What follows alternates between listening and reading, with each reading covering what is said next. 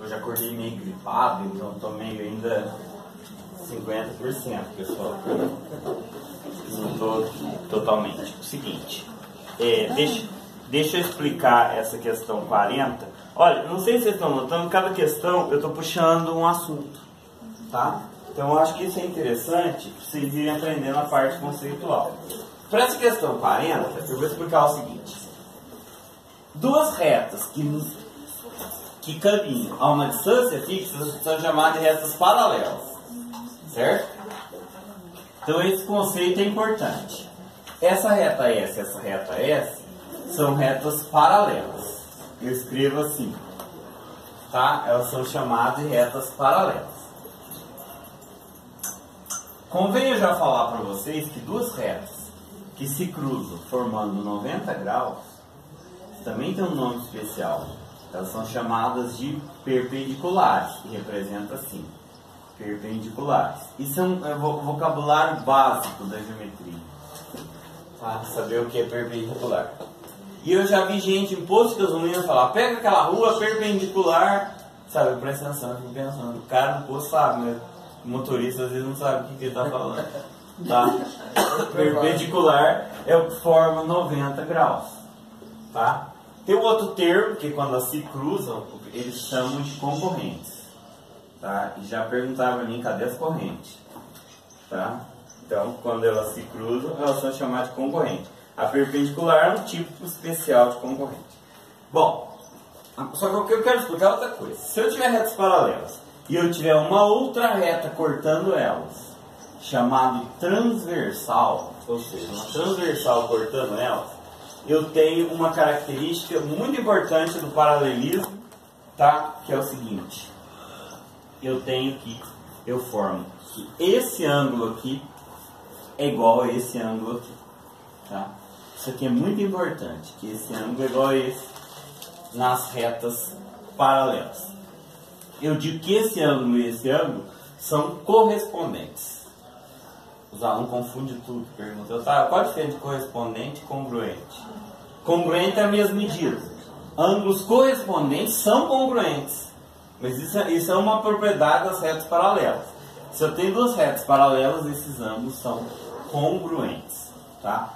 Só que o nome que eles levam é correspondentes, que eles estão na mesma posição. Então eles são correspondentes. Então, se eu chamar esse ângulo aqui de 1 e eu chamar esse ângulo aqui de 5, 1 e 5 são correspondentes.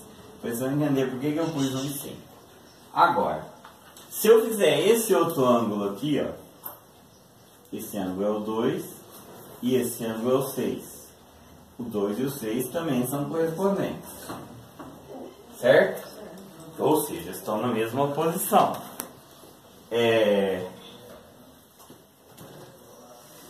Esse ângulo aqui, vou chamar de 3. E esse ângulo aqui, eu vou chamar de 7. Eles também são correspondentes. E esse ângulo aqui, que eu vou chamar de 8, de 4. E esse que eu vou chamar de 8, eles também são correspondentes. Certo?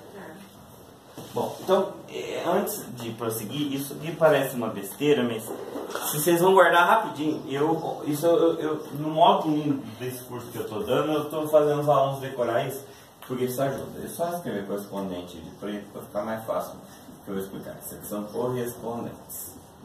Tá? Então veja. Ângulos correspondentes eles são congruentes. Eu vou pôr dois nomes aqui. Ó. Congruente significa que eles são iguais. Ou seja, A igual a B são congruentes.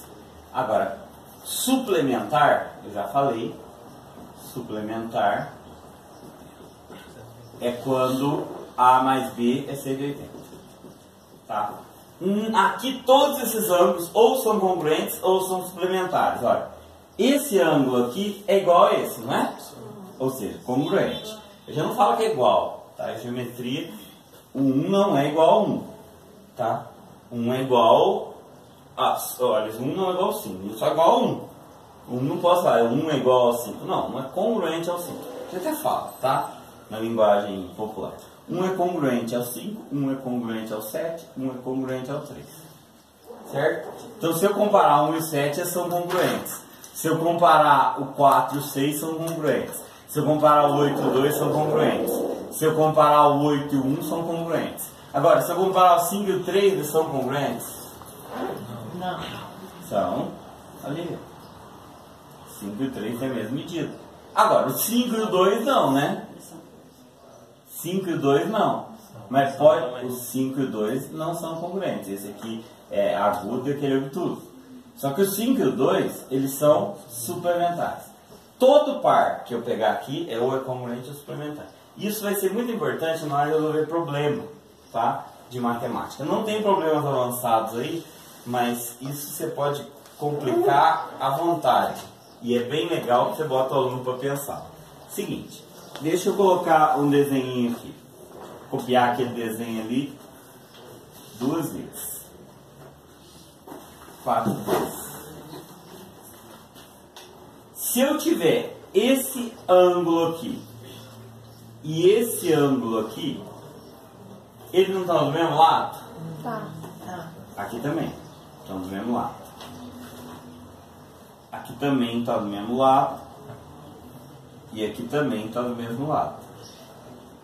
Esses ângulos todos aqui são chamados de colaterais.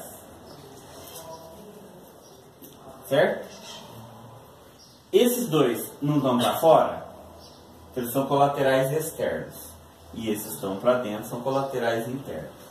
Tá? Então esses aqui são colaterais externos.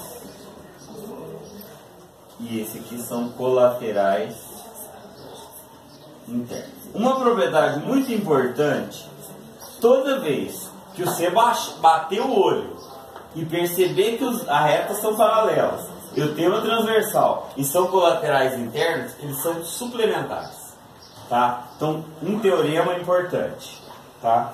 Teorema de geometria. Ó, ângulos colaterais internos são suplementares. Outro teorema, ângulos colaterais externos são suplementares. Teorema que dá para provar, eu não vou provar, mas dá. Certo? Então, ângulos colaterais são sempre... Claro que tem que ser o colateral interno ou externo, não pode ser um colateral 8 e o 4, a rigor colateral também. Tá?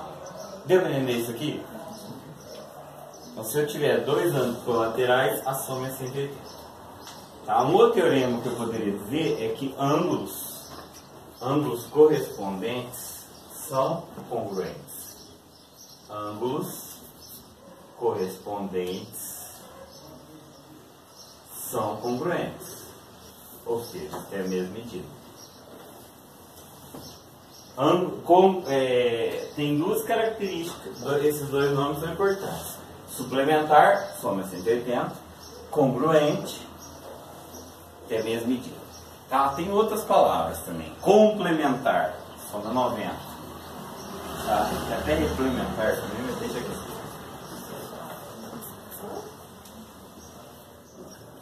Agora, claro que eu estou tentando passar um negócio que às vezes vocês não estudaram, mas isso é matéria quem quer tradicionalmente ensinar no finalzinho do sexto ano, sétimo ano, finalzinho do sétimo ano.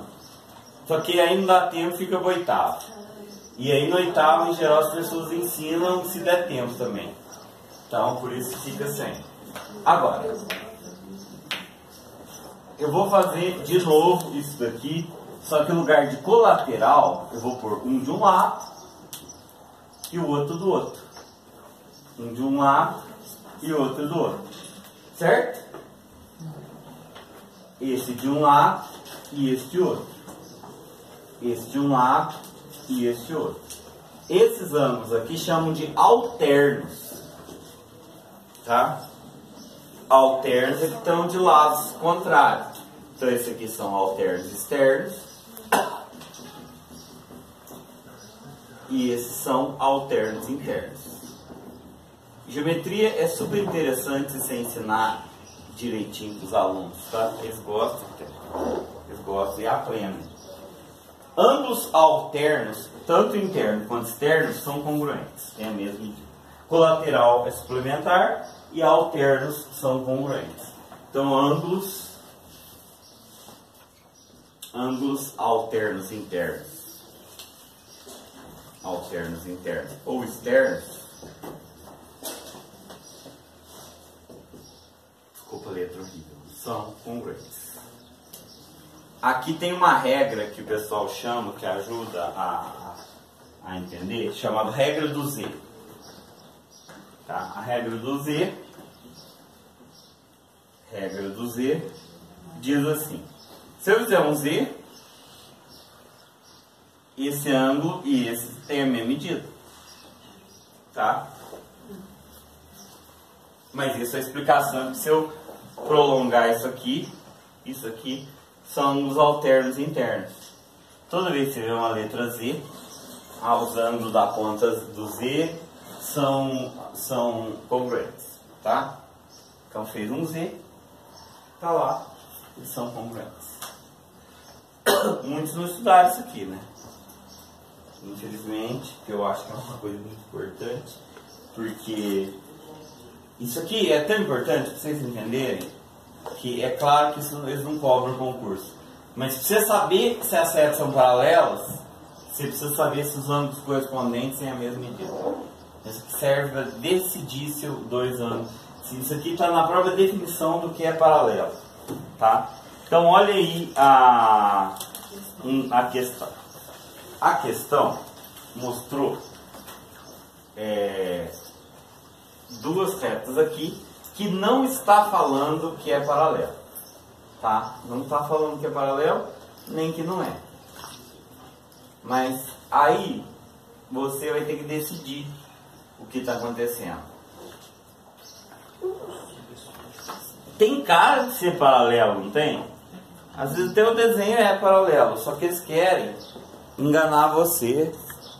Isso não é uma coisa até errada, porque bota para pensar. Eles querem saber o que você pode dizer desse ângulo e esse. Esse ângulo e esse, eles usam alternos internos?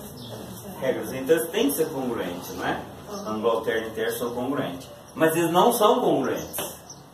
Então o que eu posso concluir é que essa reta não é paralela a essa. Tá? Essa não é, porque tinha que ser 70, 70, 69, 69. Então essa reta não é paralela a essa. Porque deixa eu pôr os nomes RSTU. Então eu posso concluir que R e S não são paralelos. R e S não são paralelos. Se mandarem uma coisa importante, mande os alunos escrever a resposta. Se eu perguntasse isso para os alunos teriam que redigir. Por quê? Pois 70 e 69 são ângulos alternos internos. Mas não são congruentes. Eu acho que um grande problema da matemática que os alunos não aprendem é que eles não querem escrever a resposta. Eu passei a aderir um negócio que é assim: o aluno me traz exercício sem as contas, eu falo, não serve, volta, não fez, eu não considero feito. É zero. Põe a resposta certa e não fez a conta, zero. Porque escrever o raciocínio é muito importante para o aluno aprender. Mesmo a questão de marcar X, o aluno tem que redigir. Porque senão, e nas outras matérias a mesma coisa, de aula de magistério, perguntava qual a diferença de tal coisa e tal coisa. O aluno explicava direitinho o que era tal coisa, mas não respondia o que eu estou perguntando. Tá? Então, não são paralelos por causa disso. Por outro lado, 70 e 110 são colaterais internos, não são? E a soma é 180. Então eles são suplementares. Então, como eu falei, ângulos colaterais internos são suplementares. Então, T e U são paralelos. T e U são paralelos. Por que T e U são paralelos? Porque os ângulos colaterais internos, T e U, são paralelos. São paralelos. Você vê que é uma coisa muito simples, que a gente deveria ensinar para os alunos e não ensina porque não consegue. Então, pois 110 e 70 são colaterais internos e congruentes e suplementares, tá? Então eu posso falar que essa é paralela a essa, mas não posso falar que essa é paralela a essa. Tá bom. Certo? Deu para entender isso? Isso é importante. Tá? Mas vamos lá. Só o Edilson também não veio. Tanto o Edilson quanto a Nayara foram meus alunos no mesmo ano. Ó, então analisando os desenhos, o arquiteto chegará à conclusão que existem pares de retas paralelas. Aí ó, valeu ter escrito. Sim, as retas T e U são paralelas, porque os ângulos correspondentes para essas retas são congruentes. Não dá para concluir isso porque não tem ângulo correspondente aí. Tá? Sim, as retas DR e S são paralelas, porque os ângulos alternos internos formados por essas retas são congruentes. Os ângulos alternos internos são congruentes? Não. Sim, as retas RS e as retas T e U são paralelas. Isso não, está claro no esboço feito por aluno, isso não é resposta? Tá? Vai. Aqui também.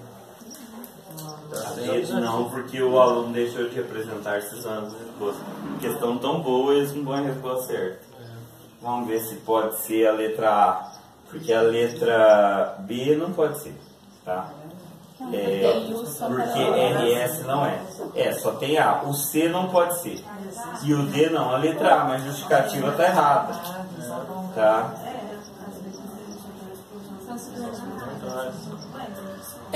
Sim. Não, tá certo. Por quê? Porque é só você fazer. Aqui não é 110? Então aqui vai ser 110.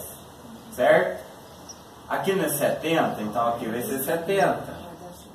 Então ali é 70 também. Claro, 70 também. Então sim, a letra A responde. Uma resposta que eles perderam chance de fazer uma redigir melhor a resposta, mas tá certo. Letra A, alternativa certa. Tá? Vocês podem notar que as questões da FUMART não são muito bem elaboradas. Eles tomam menos cuidado do que muito professor na hora de elaborar a prova para quinta série. Eu, quando tenho uns erros grotescos desses na minha prova, fico com vergonha. Entendeu?